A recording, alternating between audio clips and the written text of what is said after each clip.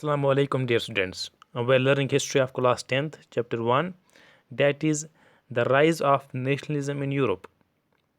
Our today's topic is the revolution of the liberals, 1848. Previous lecture में हमने discuss किया किस तरह से 1830s और 1840s में यूरोपियन जो ममालिक हैं वहाँ पर कैसे हालात थे, वहाँ पर किस तरह से गुर्बत थी, बेरोज़गारी थी, जो पीजेंट्स थे वो भूखे भूखे थे, जो वर्कर्स थे दे वर सफरिंग। तो एक साइड से तो ये भूखमार थी, गरीबी थी, बेरोज़गारी थी। दूसरी साइड से जो लिबरल्स थे, जो रोशन ख्याल जहन रखते थे, वो एक इनकलाब की तरफ गामजन थे और उनको लीड करते थे इस रेवोल्यूशन को एजुकेटेड मिडिल क्लास। फाइन। और जो वाक़ात हुए फरवरी 1848 में फ्रांस में, इससे हम देखते हैं कि जो वहाँ का मोनार्क था लुइस फिलिप, वो दस्तबरदार किया गया, उससे पावर छीना गया और फ्रांस में हम देखते हैं कि एक रिपब्लिक बन जाती है जहाँ पर जो मेल पॉपुलेशन है उन सभी को वोट डालने का हक दिया जाता है। फाइन। तो ये ऐलान होता है इस तरह से।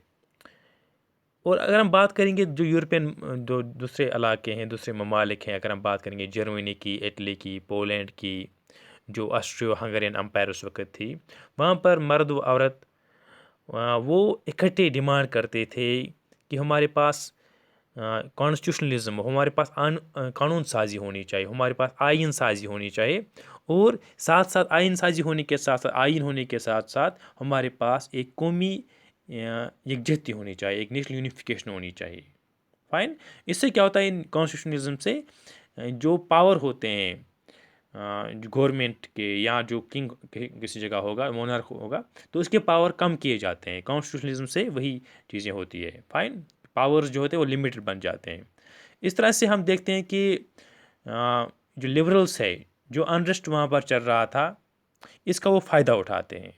जो वहाँ गड़बड़ चल रही थी अवामी सतह पर, तो इसका फ़ायदा लिबरल्स उठाते हैं कि वो चाहते हैं कि नेशन स्टेट बने, वहाँ पर मुल्क बने पार्लिमानी उसूलों पर, पार्लियामेंट्री प्रिंसिपल्स पर, वहाँ पर एक कॉन्स्टिट्यूशन हो, वहाँ पर जो प्रेस की आज़ादी हो, वहाँ पर तंजीमें बनाने की, फ्रीडम ऑफ एसोसिएशन, तंजीम बनाने का भी हक हो, लाइक दैट। हम देखते हैं कि जर्मन इलाके हैं, जर्मन बोलने वाले इलाके हैं, वहाँ पर बहुत ज़्यादा हम देखते हैं सियासी तंजीमें वजूद में आते हैं, जिनमें हम देखते हैं कि जो प्रोफेशनल्स हैं, जो पेशावर लोग हैं, जो ताजर हैं, जो जो कारीगर खुशहाल हैं, जो प्रॉस्पेरस आर्टिजन्स हैं, वो जमा होते हैं फ्रैंकफर्ट में। फ्रैंकफर्ट इज सिटी देयर, वहाँ पर एक जगह वो जमा होते हैं जहाँ पर वो वोट करते हैं, ऑल जर्मन नेशनल असम्बली बनाते हैं, जिसमें जर्मन लोगों के लिए एक कौमी असम्बली का इनेकाद होता है। और ये लोग जमा होते वहाँ पर 18 मई 1848 में, जहाँ पर ये मुंतखब करते हैं 831 नुमाइंदों को, 831 नुमाइंदों को। ये खुश खुरम तरीके से उनका जुलूस जाता है और फ्रैंकफर्ट पार्लियामेंट को मुनक्कद किया जाता है एक चर्च में, जिस चर्च का नाम है चर्च ऑफ सेंट पॉल। और वहाँ पर वो ड्राफ्ट करते हैं एक कॉन्स्टिट्यूशन को, जो जर्मन कौम के लिए वो बनाते। फाइन। जिसका जो हेड होगा वहाँ पर एक मोनार्क होगा, लेकिन वो पार्लियामेंट के अंडर होगा। फाइन। मोनार्क सब्जेक्ट टू है पार्लियामेंट। और जो उसके फिर जब उनके डिप्यूटीज़ को वहाँ पर क्राउन ऑफर किया जाता है जर्मनी में, उसका नाम है Frederick William second, Frederick William fourth, sorry Frederick William fourth was there, जो किंग का था प्रुशिया का। उसको उसको बनाया जाता है as the king of whole German regions, German speaking इलाके जो है उसको बादशाह उसको माना जाता है। लेकिन वो इस ऑफर को ठुकराता है, वो रिजेक्ट करता है और वो मिल जाता है बाकी मोनार्क्स के साथ, ताकि वो अपोजिशन करे। जो मुंतखब असम्बली थी 841 नुमाइंदों की, उसको वो रिजेक्ट करता है, उसको अपोजिशन करता है। इस तरह से हम देखते हैं कि जो अपोजिशन थी, जो एरिस्टोक्रेसी थी, जो हायर क्लासेस थे या जो मिलिट्री थी, वो मजबूत हो जाती है इन मोनार्क्स के मिलने से। इस तरह से हम देखते हैं कि जो समाजी बुनियाद थी पार्लियामेंट की, वो तबाह हो जाती है, वो इरोड हो जाती है, वो तबाह हो जाती है और पार्लियामेंट की साख्त ख़त्म हो जाती है। पार्लियामेंट में जो गलबा था वो हम देखते हैं, जैसे मैंने कहा, वहाँ पर एजुकेटेड मिडिल क्लासेस का गलबा था।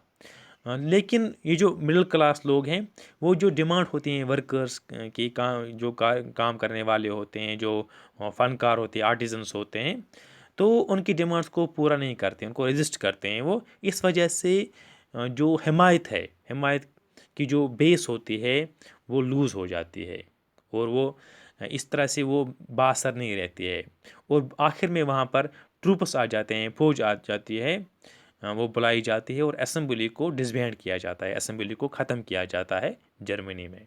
फाइन। और अब ये और एक क्वेश्चन यहाँ पर अराइज होता है, that is regarding suffrage to women. जो औरतें हैं, तो उनके साथ क्या होता है। अ, तो जो पॉलिटिकल राइट्स थे औरतों के, वो मुतनाज़ा हैं, कंट्रोवर्शियल थी। इवन की लिबरल मूवमेंट में जो रोशन ख्याल लोग थे, उनकी जो तहरीक थी, उसमें भी ये मुतनाज़ा थे, उनको एक्शन उनमें तवसी नहीं हुई थी कि औरतों को राइट टू वोट दिया जाए। फाइन। लेकिन इसके बावजूद कि जो औरतें वहाँ पर थी वो काफ़ी सरगर्म थी। जो वहाँ पर सियासत होती है, लिबरल मूवमेंट चल रही थी, उसमें काफ़ी ज़्यादा सरगर्म औरतें रही, लेकिन इसके बावजूद भी उनको राइट टू वोट नहीं था, they had no right to suffrage.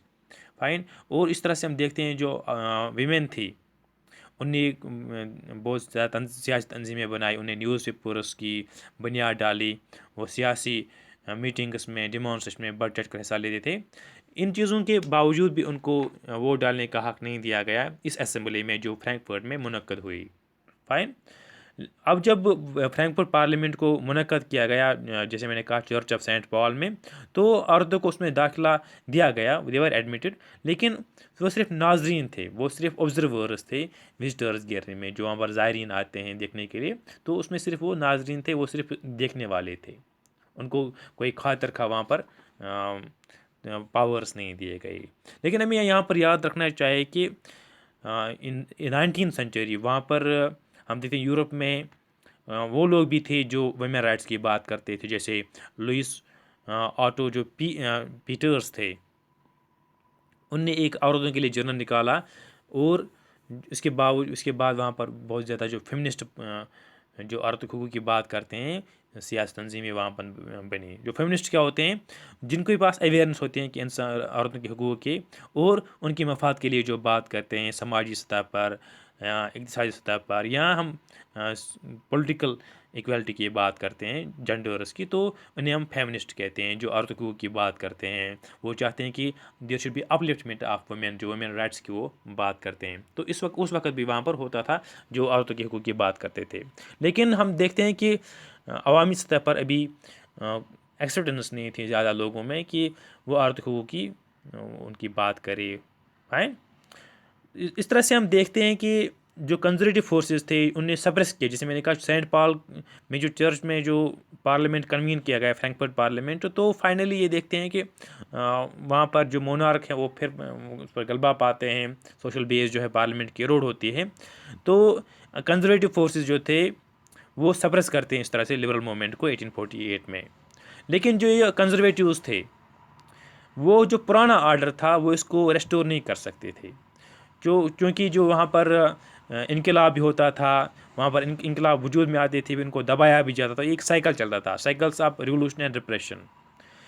अब ये जो कंजर्वेटिव्स थे, अब वो कंसेशन देना चाहते थे, लिबरल नेशनलिस्ट रिवोल्यूशनरीज थे, इनकलाब भी थे, उनको कुछ रियायत देना चाहते थे।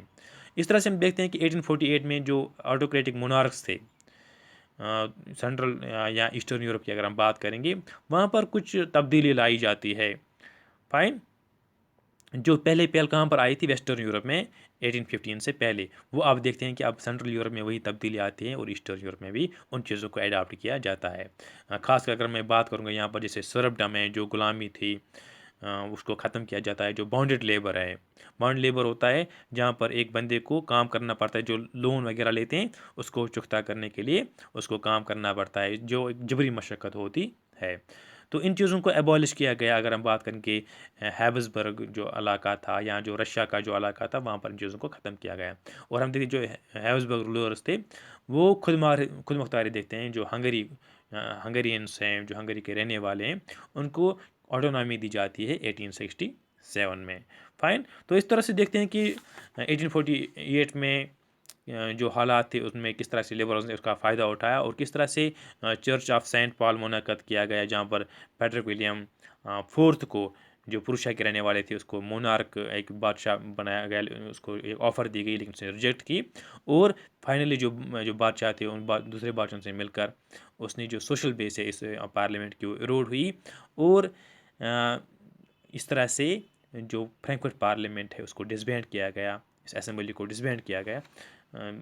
और जो मोनार्क कंजर्वेटिव रेजिम्स हैं उस वो फिर से पावर में आ जाते हैं 1848 में।